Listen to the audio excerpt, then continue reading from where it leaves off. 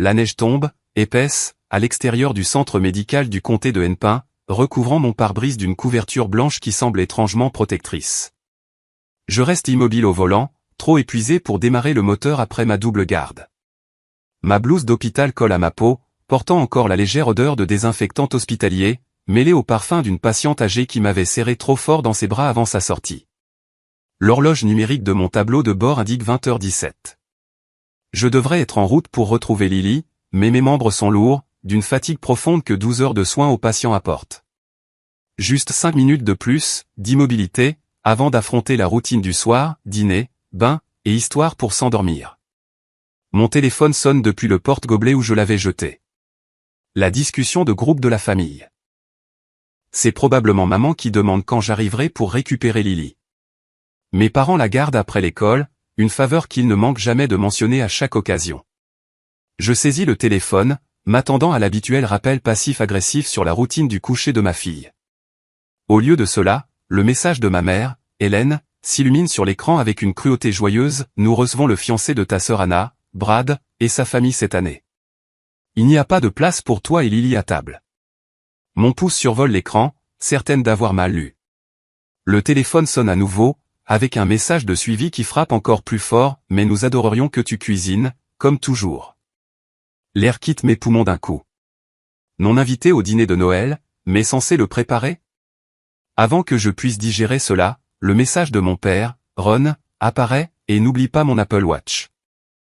La série 9 cette fois. Mes mains commencent à trembler contre le volant.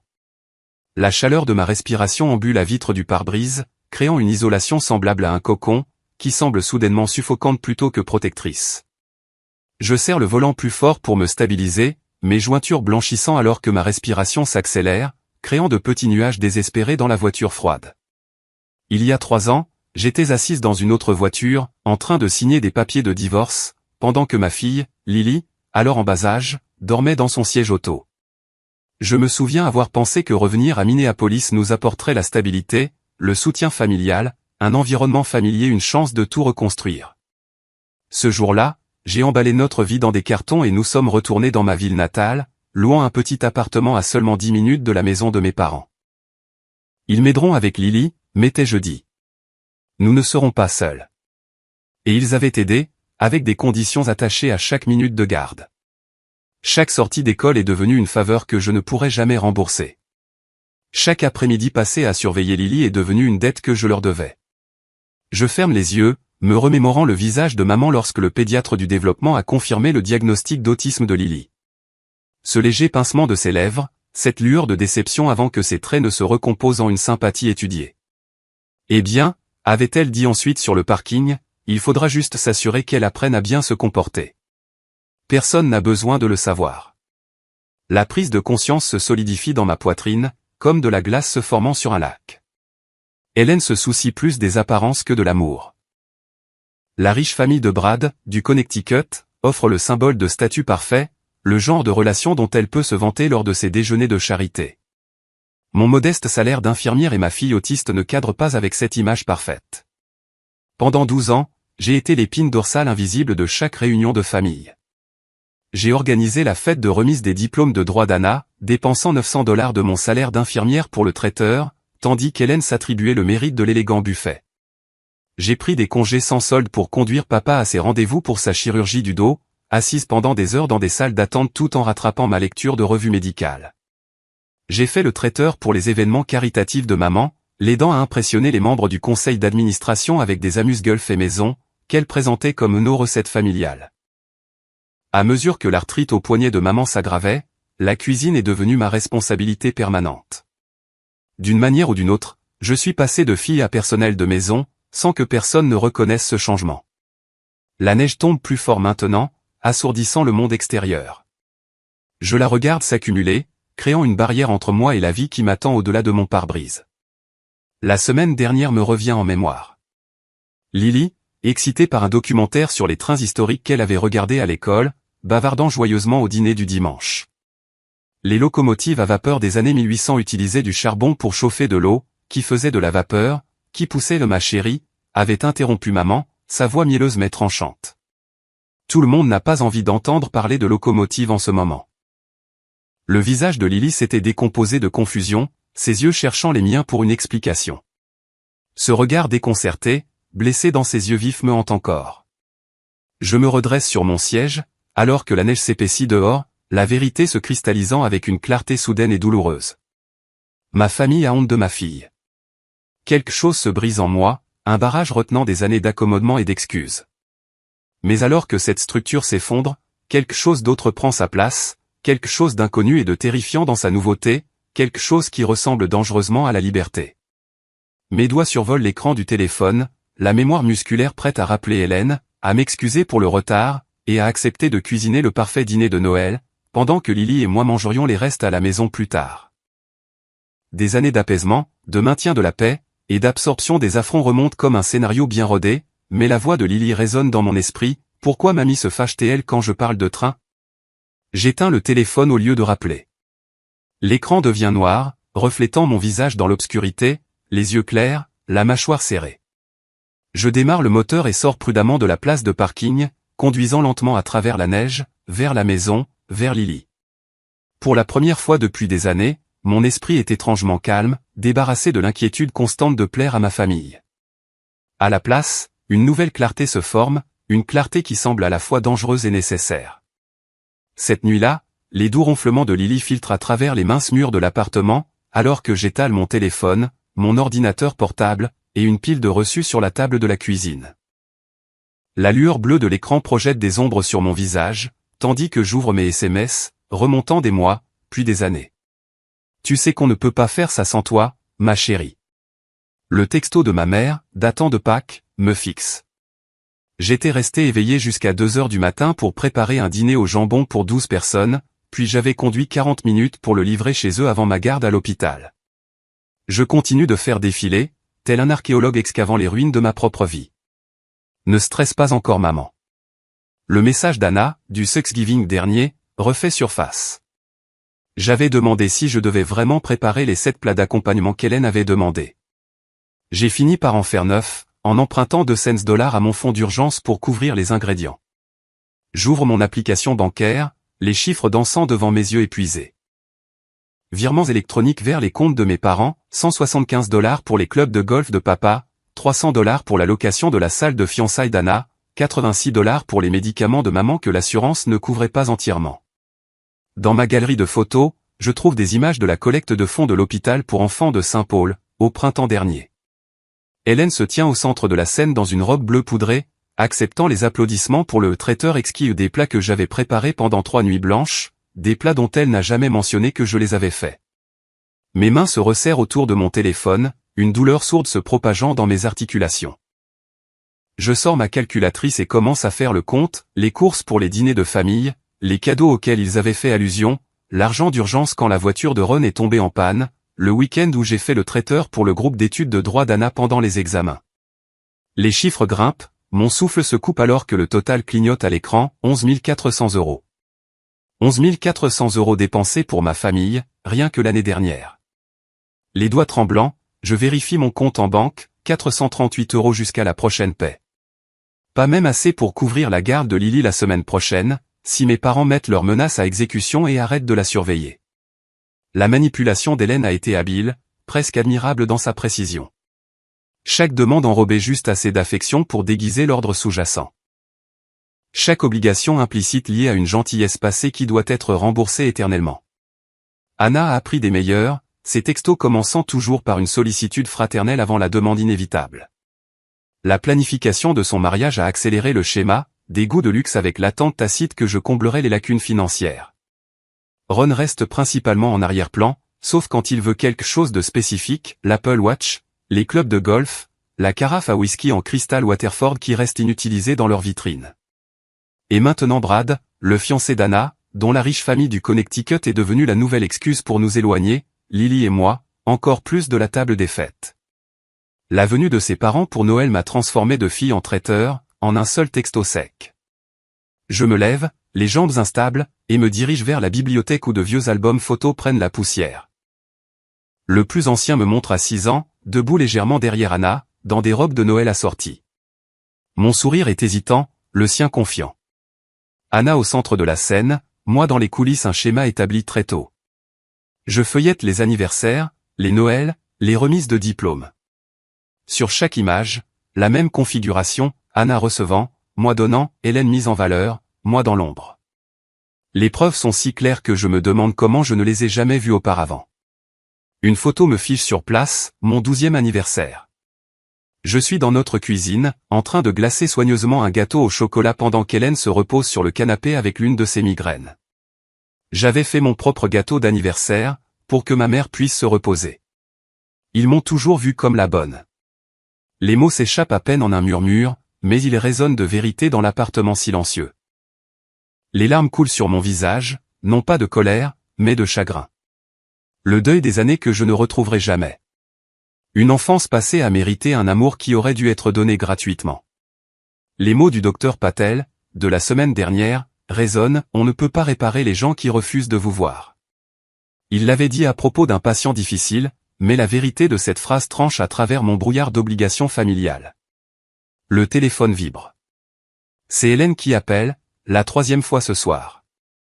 Pour la première fois de ma vie d'adulte, je l'ignore délibérément, regardant son nom clignoter puis disparaître. Un petit acte de rébellion qui semble monumental.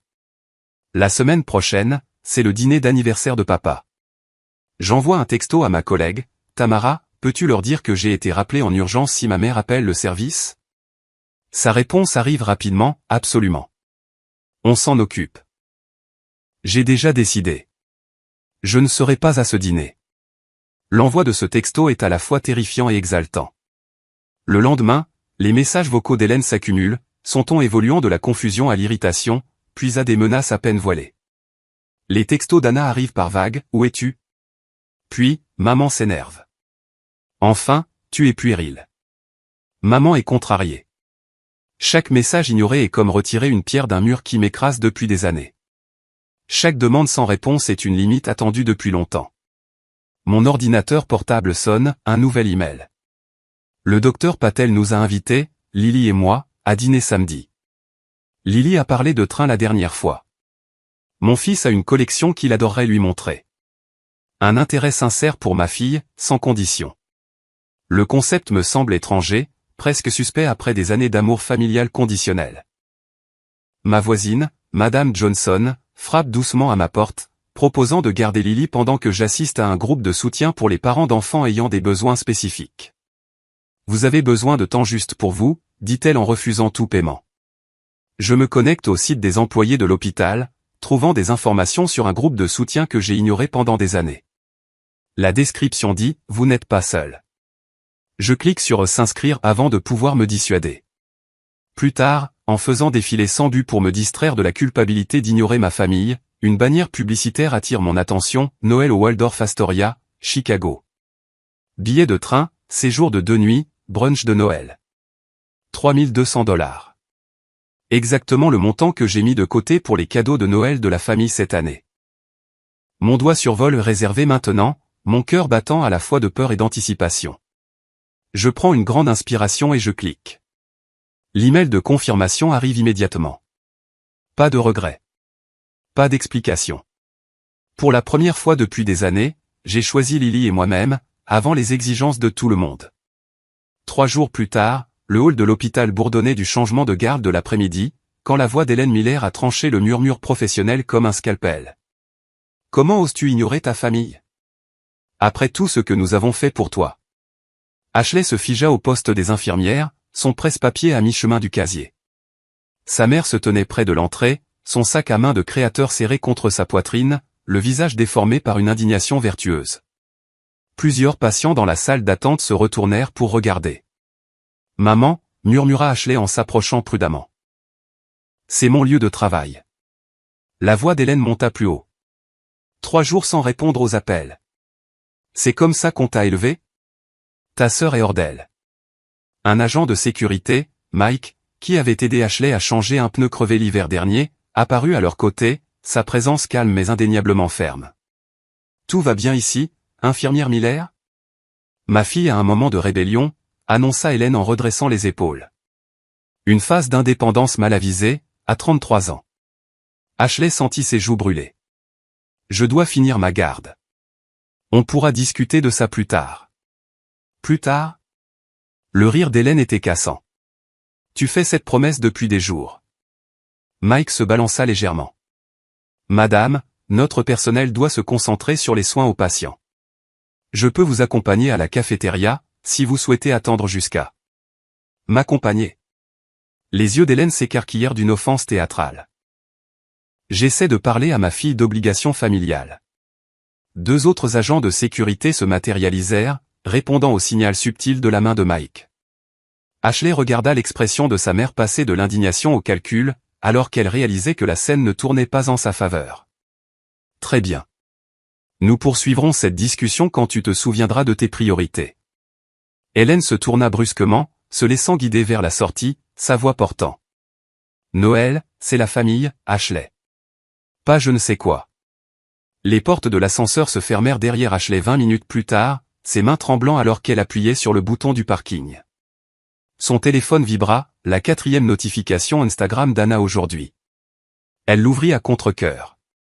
La dernière publication d'Anna, une photo sépia de leurs chaussettes de Noël d'enfance, accrochées à la cheminée de leurs parents. Légende, certaines personnes oublient que la famille passe en premier à Noël. La famille d'abord. Les priorités. 3 appels manqués de son père. Si d'Hélène. Un texto de groupe familial clignota sur l'écran, nous devons finaliser les engagements pour les fêtes. Ashley, merci de répondre dès que possible concernant ton planning de cuisine. Son téléphone sonna de nouveau, tante Margaret cette fois, le 3e membre de la famille élargie à apprendre des nouvelles depuis hier.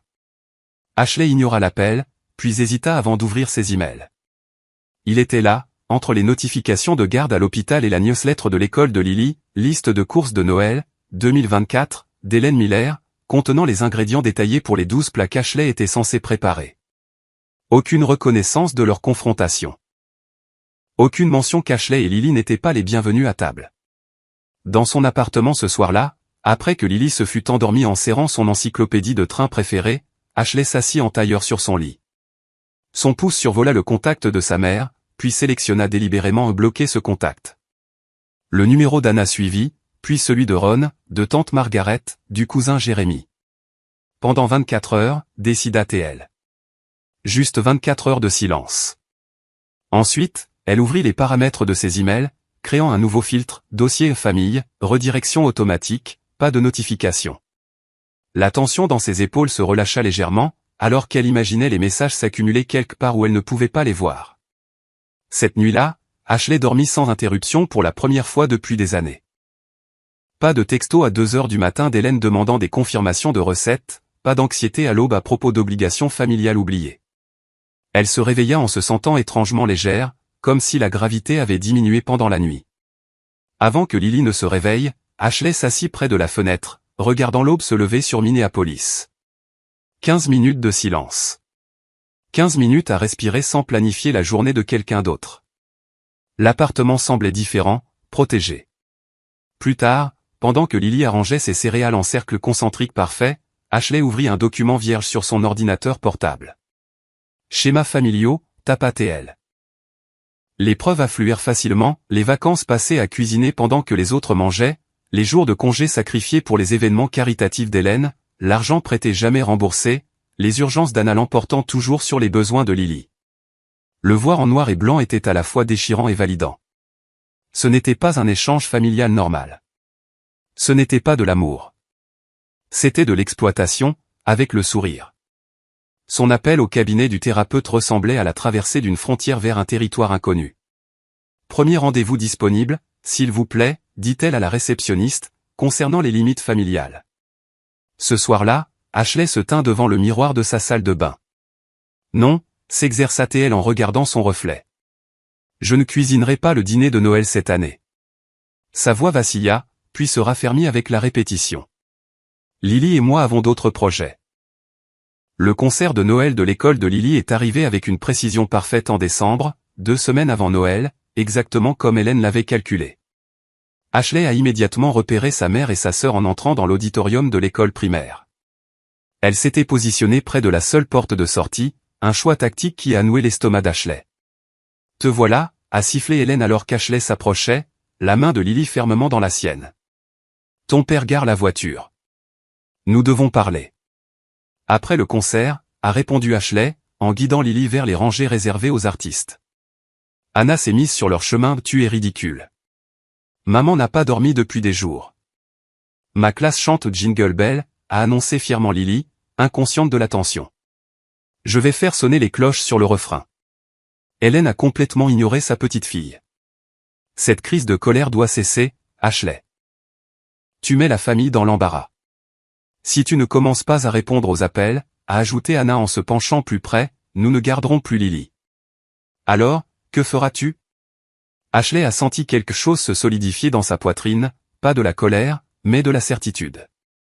J'ai engagé une babysitter pour après l'école, a-t-elle dit calmement. Lily et moi ne serons pas là pour Noël. Le maquillage soigneusement appliqué d'Hélène ne pouvait cacher son choc.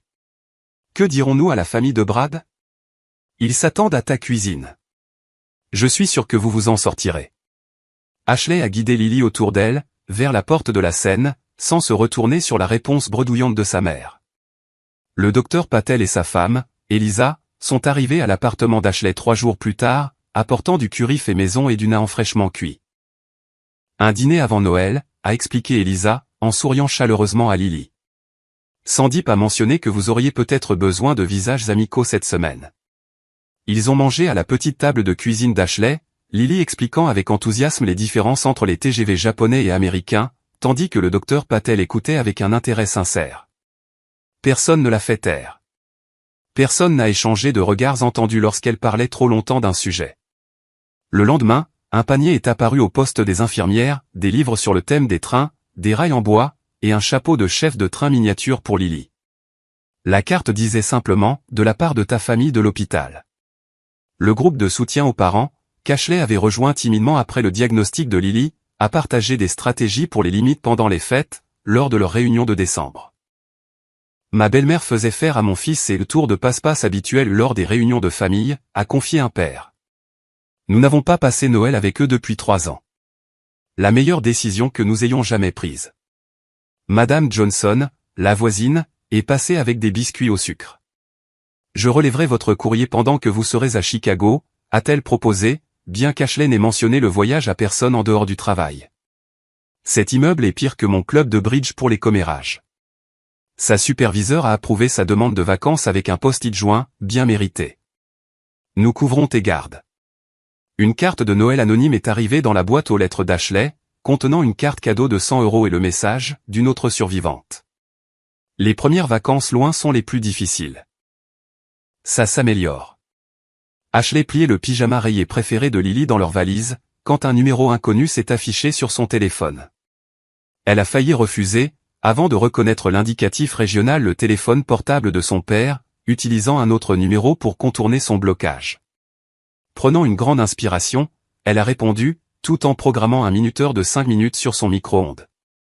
Allô, papa. Ashley, la voix de Ron avait la patience étudiée qu'il utilisait pour expliquer pourquoi les factures étaient payées en retard. Ta mère n'a pas dormi. C'est ce que tu voulais.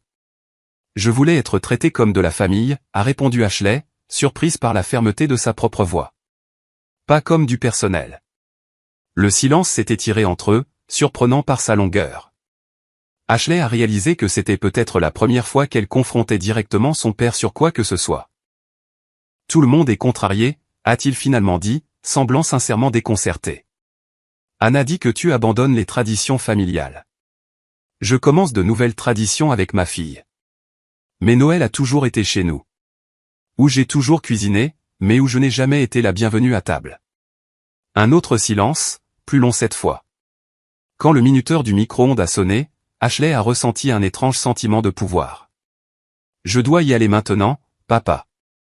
Joyeux Noël. Elle a mis fin à l'appel avant qu'il ne puisse répondre. Le lendemain, Ashley et Lily se tenaient sous les décorations de Noël scintillantes du grand magasin du centre-ville. La musique de Noël résonnait à travers des haut-parleurs cachés, alors que Lily poussait un cri d'admiration devant une robe argentée scintillante, exposée sur un mannequin de la taille d'un enfant. Elle est parfaite pour l'hôtel chic, maman. Ashley a vérifié l'étiquette de prix, 78 €, plus que ce qu'elle dépenserait normalement pour une robe que Lily ne porterait que quelques mois. Mais la lumière dans les yeux de sa fille, alors qu'elle tourbillonnait devant le miroir, a rendu la décision simple. Essayons-la, a dit Ashley. Pendant que Lily se changeait, Ashley a parcouru le rayon des femmes, ses doigts effleurant des tissus doux qu'elle aurait normalement ignorés, les jugeant peu pratiques. Un pull vert foncé a attiré son attention élégant, simple, rien à voir avec les vêtements pratiques qu'elle portait pour ses gardes à l'hôpital et les marathons de cuisine familiaux. Vous devriez l'essayer, a suggéré la vendeuse. Cette couleur serait magnifique avec votre teint. Ashley a hésité. Je n'ai pas l'habitude de. Maman, regarde. Lily est sortie de la cabine d'essayage, la robe argentée captant la lumière alors qu'elle tournait sur elle-même. Magnifique, a soufflé Ashley. À ton tour, a insisté Lily, en montrant le pull vert. Dans la cabine d'essayage, Ashley a fixé son reflet.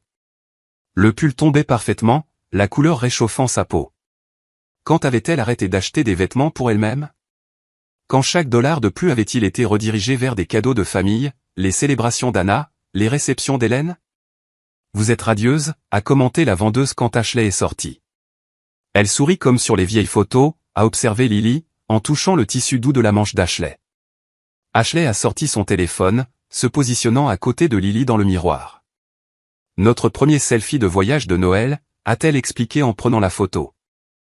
Plus tard ce soir-là, elle l'a posté sur son compte Instagram privé avec la légende « Commencer de nouvelles traditions ». Pendant que Lily dormait, Ashley a créé un nouveau dossier numérique sur son ordinateur portable « Histoire familiale ».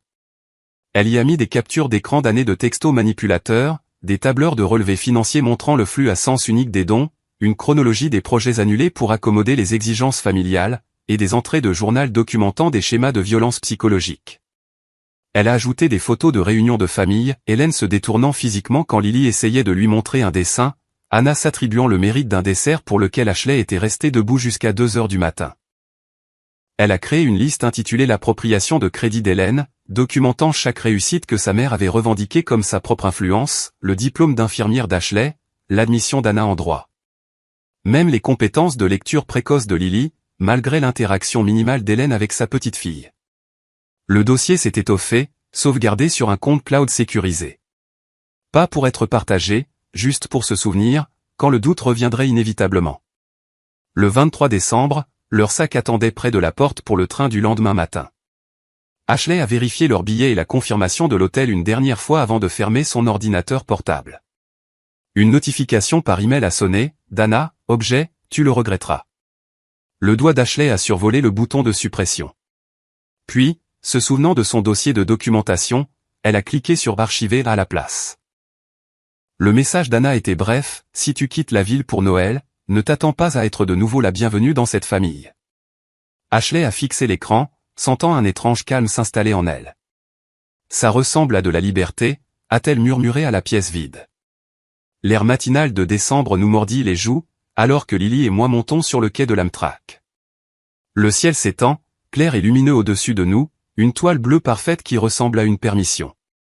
Lily serre son pyjama préféré contre sa poitrine, celui avec des trains qu'elle insiste pour apporter, malgré le fait que nous aurons des draps d'hôtel frais qui nous attendent. Maman, j'ai pris mon carnet de croquis et mes écouteurs spéciaux, dit-elle en tapotant son sac à dos violet. Les écouteurs à réduction de bruit étaient une folie après son diagnostic, l'une des rares choses que j'ai achetées sans me demander si nous pouvions nous le permettre. Je vérifie nos billets une dernière fois, une habitude nerveuse. Minneapolis à Chicago. 2 passagers.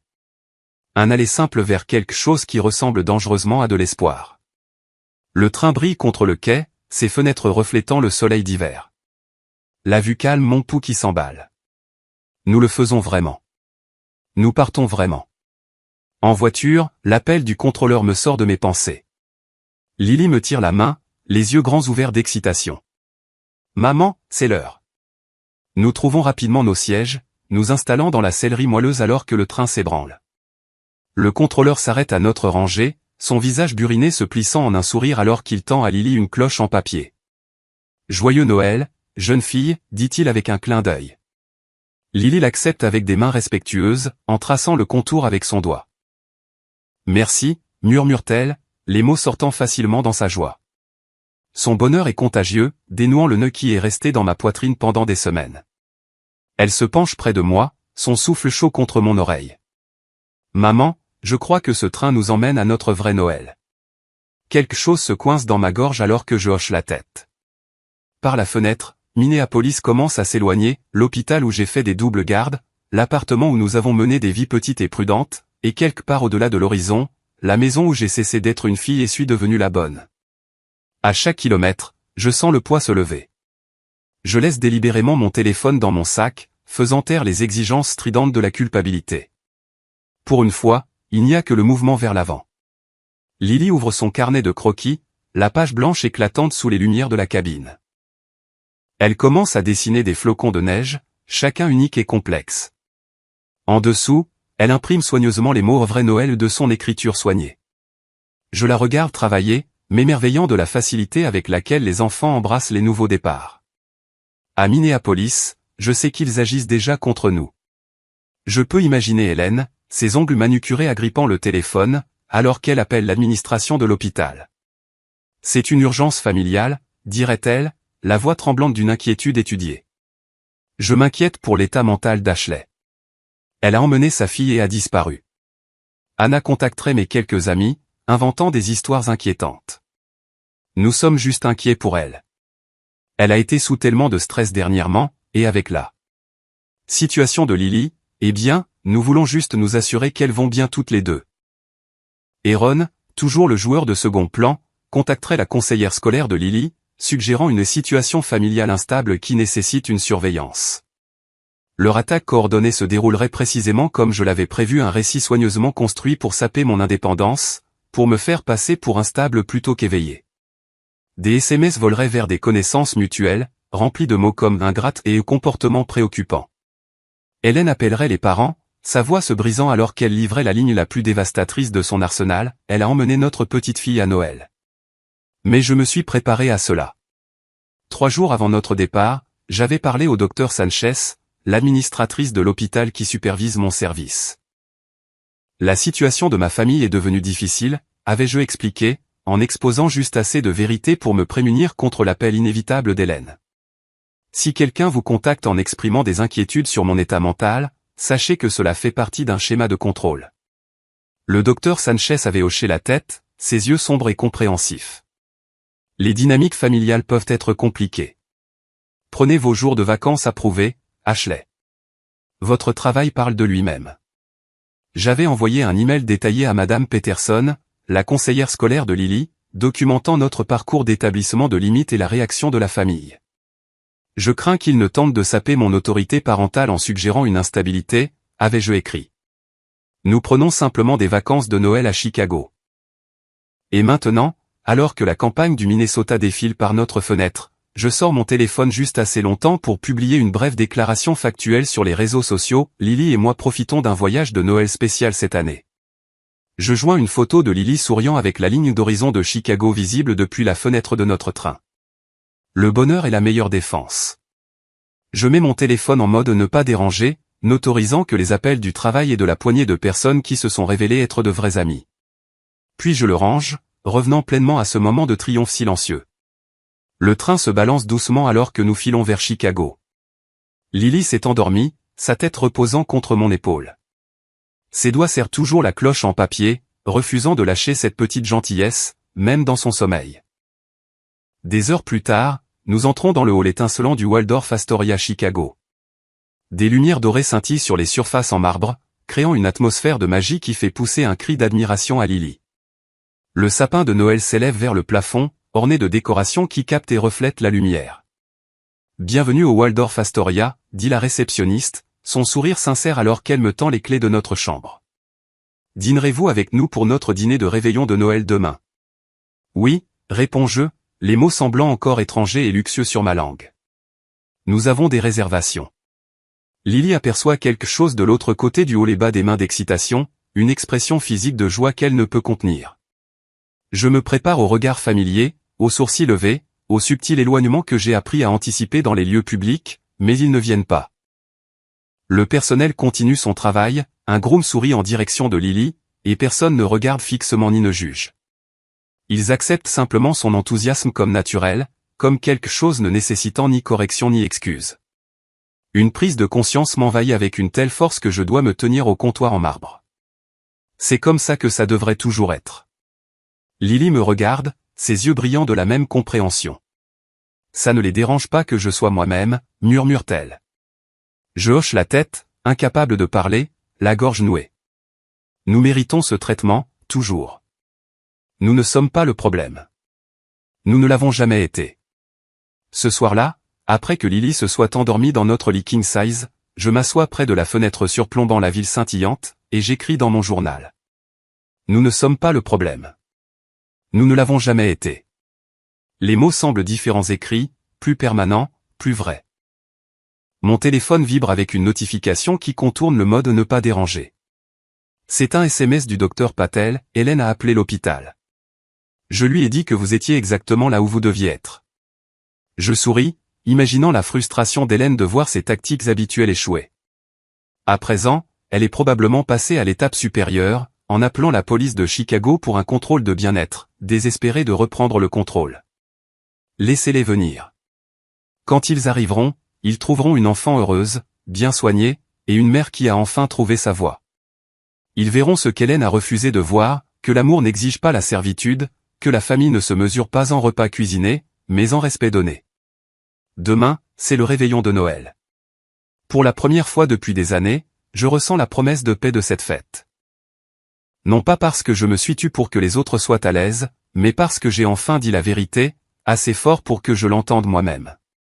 Alors que je ferme mon journal, mon téléphone vibre de nouveau. Un SMS d'Anna, maman perd la tête. Elle a accidentellement envoyé un message au mauvais groupe de discussion, disant « On ne peut pas dire au Bradley qu'elle a refusé. Disons juste qu'elle travaille à Noël. » Plusieurs amis de la famille étaient inclus. Tout le monde sait maintenant. Je pose le téléphone sans répondre. La vérité émerge sans mon effort. L'image familiale soigneusement construite s'effrite sous le poids de sa propre tromperie. Dehors, la neige commence à tomber, de doux flocons descendant sur une ville qui est devenue, de manière inattendue, notre sanctuaire. Demain apportera ses propres défis. Mais ce soir, en cet instant, nous sommes exactement là où nous devrions être. Le matin de Noël nous trouve dans la lueur dorée de la grande salle à manger du Waldorf Astoria. Lily étale de la confiture de fraises sur sa troisième tartine, les yeux écarquillés devant les lustres en cristal au-dessus de nous. Elle porte la robe scintillante que nous avons achetée spécialement pour cette occasion, et ses cheveux sont soigneusement brossés. Pas de précipitation ce matin. Pas de petit déjeuner familial tendu avec les regards désapprobateurs de maman. Mon téléphone vibre sur la table. Le nom d'Hélène clignote sur l'écran, le troisième appel en 20 minutes. Je le mets en silencieux et le retourne, refusant de la laisser perturber notre paix. Mais une notification de messagerie vocale apparaît quelques secondes plus tard, et quelque chose me dit que je devrais écouter. Ashley, la voix de ma mère semble tendue, théâtrale. Je suis à l'hôpital. Mon cœur. Les médecins ne sont pas sûrs de ce qui se passe. S'il te plaît, rentre à la maison. Lily a besoin de sa grand-mère. J'ai besoin de ma fille. Je fixe le téléphone, ce nœud familier de panique et de culpabilité montant dans ma poitrine. Mais quelque chose cloche. 3 ans d'infirmerie au centre médical du comté de Hennepin m'ont appris le rythme des vraies urgences. Encore des pancakes, maman, demande Lily, inconsciente de la manipulation qui tente de violer notre sanctuaire. Dans 1 minute, ma chérie. Je m'éloigne de notre table et j'appelle Sandra, mon amie de l'administration de l'hôpital à Minneapolis. Hélène Miller, confirme Sandra après vérification. Non, nous n'avons aucune admission sous ce nom aujourd'hui. Rien à Abbott ou méthodiste non plus. Tu vas bien, H? Le soulagement qui m'inonde est immédiatement suivi d'une colère froide. Pendant que je regarde le plaisir de Lily le matin de Noël, ma mère invente des urgences médicales pour reprendre le contrôle. De retour à table, mon téléphone s'allume avec un SMS d'Anna, appelle juste maman. Elle s'effondre. Tu as marqué ton point. Puis Ron, tu ne nous as pas assez punis? C'est Noël, bon sang. La cousine Gilles, Hélène est dévastée. Quel genre de fille abandonne sa famille à Noël? L'oncle Pet, ta mère t'a mieux élevé que ça. L'offensive de culpabilisation coordonnée aurait parfaitement fonctionné il y a 1 semaine. J'aurais fait nos valises, m'excusant d'avoir gâché Noël, promettant de me rattraper. Je transfère les captures d'écran au docteur Brennan, ma thérapeute. Sa réponse arrive rapidement, manipulation de manuel. Reste forte. C'est pour ça que nous nous sommes préparés. Les messages continuent pendant le brunch. L'escalade d'Hélène est impressionnante dans son désespoir, je contacte l'école de Lily demain. Ils devraient savoir que tu es mentalement instable. Anna enchaîne avec « Maman parle de prendre un avocat. N'empire pas les choses. La contribution de Ron est cinglante, ton travail pourrait être en danger si nous devons impliquer les autorités. » Le dernier message arrive à 12h17. Appelle avant 15h ou considère-toi renié. C'est ta dernière chance, Ashley. Je pose mon téléphone, mes mains tremblant légèrement. Hélène a maintenant mobilisé ses amis du conseil d'administration de sa charité, leurs messages de préoccupation inondent ma boîte de réception. La pression est presque physique, comme si l'air lui-même se resserrait autour de moi. Maman ? La voix de Lily me sort de mes pensées. Elle se tient à côté de moi, l'inquiétude gravée sur ses petits traits. Ton téléphone n'arrête pas de faire du bruit. On a des ennuis ? Qu'est-ce qui ne va pas ? Demande-t-elle, sa voix petite. Mamie a laissé un message disant qu'elle est malade, mais elle n'est pas vraiment à l'hôpital. Est-ce qu'elle ment ? La franchise de Lily va droit au cœur du problème. Oui, ma chérie. Je la guide vers un coin tranquille de la salle à manger, loin des autres clients. Parfois, les gens disent des choses qui ne sont pas vraies, pour nous faire faire ce qu'ils veulent. Lily y réfléchit, le front plissé de concentration. Puis son visage s'illumine de reconnaissance. Comme quand Tommy à l'école dit qu'il ne sera plus mon ami si je parle de train. Le parallèle me frappe avec une telle clarté que j'en ris presque. Exactement comme ça, ma chérie. Ce n'est pas très gentil, dit fermement Lily. Non, ce ne l'est pas, je lui touche doucement la joue. Et nous ne sommes pas obligés de faire ce que les gens veulent, juste parce qu'ils essaient de nous faire sentir mal. Nous retournons dans notre suite après le brunch. Pendant que Lily arrange ses nouveaux crayons de couleur près de la fenêtre surplombant Michigan Avenue, j'ouvre mon ordinateur portable et je crée un blog privé. Je l'intitule Nos petites échappées et j'écris notre premier article, s'il ne vous garde pas de chaise, construisez votre propre table. J'ajoute une photo de Lily et moi au brunch, nos visages détendus et sincèrement heureux, probablement la première photo de Noël authentique que nous ayons eue depuis des années. L'horloge de mon téléphone indique 14h37. L'ultimatum d'Hélène approche, mais je me sens étrangement calme. Je mets mon téléphone en silencieux et rejoins Lily à la fenêtre, regardant les acheteurs de Noël s'affairer dans la rue en contrebas.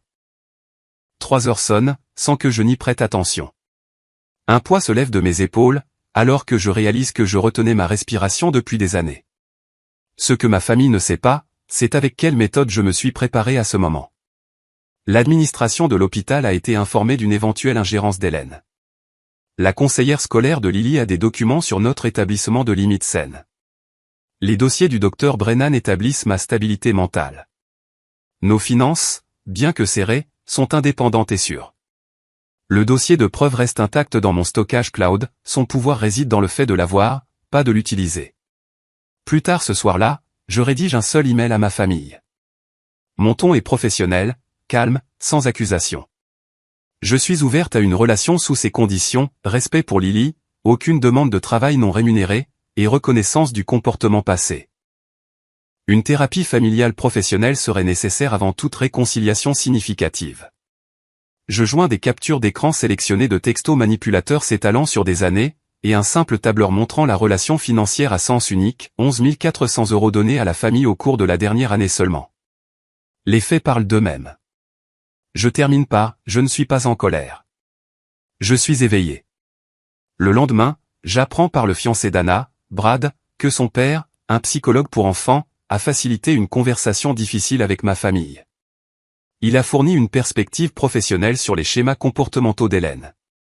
Anna a commencé à remettre en question son rôle de petite fille modèle qu'elle a tenu toute sa vie. Ron a parlé indépendamment d'Hélène, une première dans leur mariage. Brad lui-même reconsidère sa relation avec Anna, y voyant des signaux d'alarme familiers. L'autorité d'Hélène dans la famille a diminué de façon permanente. Les dynamiques de pouvoir qui m'ont piégé pendant des années se sont brisées. Pour la première fois, je tiens bon, sans investissement émotionnel dans le résultat. Une semaine après Noël, une lettre d'Anna arrive, transmise par Madame Johnson. J'examine le cachet de la poste de Minneapolis, ressentant un étrange détachement en l'ouvrant. La première ligne est visible alors que je déplie le papier, je commence une thérapie la semaine prochaine. Je la regarde un long moment, surprise par un changement sincère, là où je m'attendais à plus de manipulation. Puis je la replie soigneusement et la mets de côté. Je la lirai quand je serai prête. Le pouvoir d'engager le dialogue selon mes propres termes me semble être le plus grand cadeau que j'ai jamais reçu. 4 mois plus tard, le soleil printanier de Minneapolis inondait la fenêtre de la cuisine d'Ashley, faisant fondre les dernières plaques de neige tenaces à l'extérieur. Elle sirotait son café, regardant un rouge-gorge tirer un verre de la terre fraîchement exposée de son petit potager. Le bouton de réinitialisation de la nature avait été enclenché, et pas seulement à l'extérieur de sa fenêtre. « Maman, on peut voir les phoques aux eaux de San Diego. » La voix de Lily venait de sa chambre, où elle arrangeait ses modèles de train par air historique. « Absolument. Et les pandas aussi. » Ashley ouvrit son ordinateur portable pour vérifier les détails de leur vol pour le voyage du mois prochain. Après Chicago à Noël, elle avait promis à Lily qu'il ferait de ses aventures une tradition juste elles deux, explorant le monde à leur propre rythme. Elle cliqua sur son blog, Nos petites échappées. 3000 abonnés maintenant. Pas énorme selon les normes des influenceurs, mais substantiel pour ce que c'était, une communauté de personnes reprenant leur vie en main, face à des dynamiques familiales toxiques. La section des commentaires de son dernier article débordait d'histoires similaires à la sienne, chacune étant un miroir, reflétant différents angles de la même vérité douloureuse. J'ai posé ma première limite la semaine dernière. Mes mains tremblaient, mais je l'ai fait. Après avoir lu votre histoire de Chicago, j'ai réservé mon propre voyage en solo pour Pâques. Vos mots m'ont donné la permission d'arrêter de répondre aux appels de ma mère à 3 heures du matin. Son téléphone vibra avec une notification de texto. Anna. Le cœur d'Ashley ne s'emballait plus d'anxiété lorsque le nom de sa sœur apparaissait. 4 mois de thérapie avaient changé cette réaction. J'ai trouvé un modèle de wagon-restaurant Union Pacifique vintage dans une vente de succession. J'ai pensé que Lily aimerait l'ajouter à sa collection. Un café mardi prochain? Ashley sourit. Leur relation était dans un état de reconstruction délicat, thérapie hebdomadaire pour Anna, séance commune mensuelle pour elles deux. Toujours aucun contact avec Hélène, cette guérison nécessitait plus de distance. Ron les rejoignait occasionnellement pour un café des petits pas, comme les appelait sa thérapeute. La semaine dernière, il avait posé des questions à Lily sur ses locomotives préférées, et son intérêt avait semblé sincère. Même personnage, dynamique complètement différente. Le docteur Reynolds a besoin de renfort dans l'aile pédiatrique ce week-end, la voix de sa collègue avait un ton d'excuse au téléphone.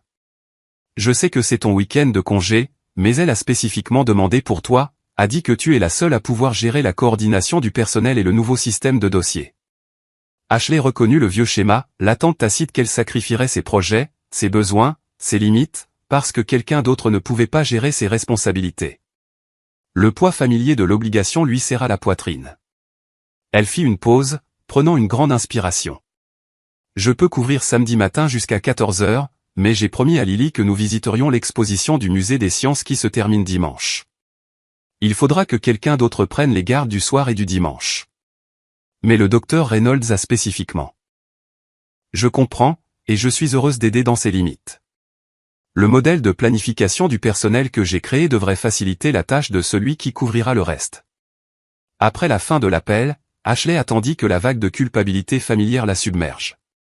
Elle n'est jamais venue. À la place, elle ressentit une certitude tranquille dans son choix. Dans son journal plus tard ce soir-là, elle écrivit « Je ne suis pas responsable du bonheur des autres. Aujourd'hui marque un an depuis que j'ai compris cela pour la première fois. Le week-end est arrivé avec du soleil et une joie inattendue. Ashley avait invité un petit groupe à son appartement, sa famille choisie. Le docteur Patel et sa femme ont apporté des samoussas faits maison. Madame Johnson d'accent grave côté est arrivée avec une orchidée en pot. 3 amis de son groupe de soutien sont arrivés avec du cidre pétillant. Lily a fièrement montré sa collection de trains à des invités attentifs, qui posaient des questions sur les locomotives à vapeur et les écartements des voies. Personne n'a précipité ses explications ou n'a échangé de regards entendus par-dessus sa tête.